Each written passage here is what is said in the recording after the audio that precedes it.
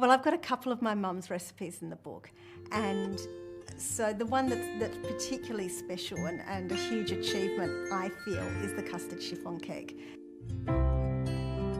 Her chiffon cake and her strudel were legendary in Perth. In here are 6 egg yolks. We're going to beat the egg yolks and rain in a cup of sugar, and it could beat for up to 10 minutes depending on the mix master. We keep beating the eggs until almost all the sugar has broken down, and it's a very light, fluffy, well aerated mix. That's going to create a really light, fluffy chiffon cake.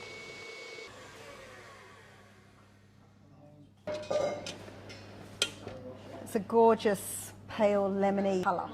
I have triple sifted 175 grams of flour, 35 grams of custard powder and a teaspoon of cream of tartar. My mother's big thing was that it had to be triple sifted. You couldn't just mix them together.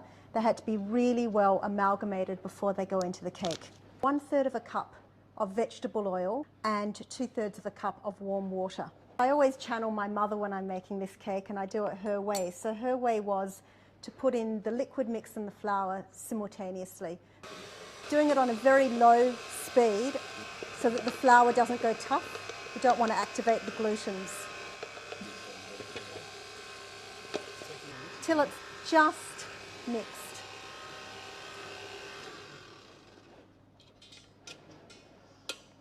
The only thing extra that this little step needs is a touch of vanilla, just to boost up the vanilla taste from the custard powder.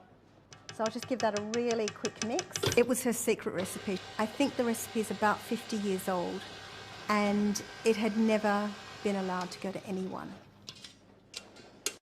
So then we've got our egg white mixture. Wait till it comes to soft peaks, and then rain in another 1/2 cup of sugar.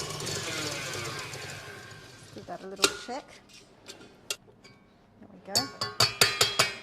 People are quite scared of making chiffon cakes, but when you've seen it done and you make one yourself, it's just so easy. So now I've got the custard mix. I'm just going to lighten it with a spoonful of the egg white, and then I'll fold in the rest.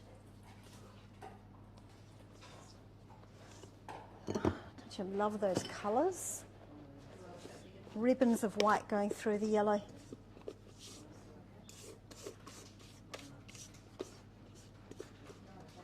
Gently but confidently, if that's not an oxymoron. You don't want to work too slowly that it breaks down, but you do want to keep all the air in the mix until it's just combined, and that's perfect. The great thing about a chiffon cake is that you don't have to oil or paper the cake tin, but you do need a special chiffon cake tin. The cake tin with a hole, no oil, because we want the cake to stick to the cake tin. Oh, don't you just love that sort of velvety ribbon?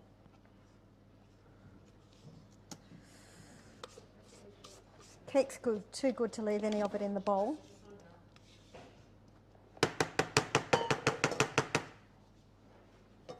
And I just give it a few taps.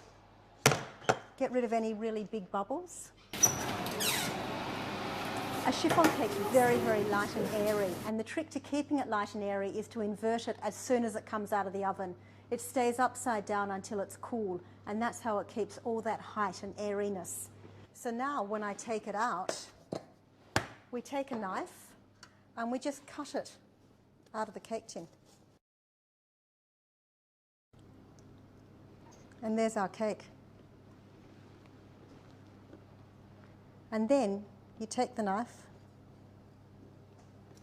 and gently cut around the bottom. Invert it onto a plate. Ta-da! And then invert it onto whatever your serving plate is.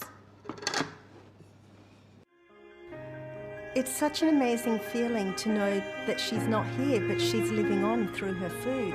It was my childhood cake. I'd come home from kindy at lunchtime, and my mother would plonk me on the kitchen counter, and I would have a plate and yellow cake, is what I called it. My mother put a dollop of cream with everything. That's the Hungarian thing to do. And just a really good cup of tea. The kitchen it was the special bonding place for me and my and I still talk to her there.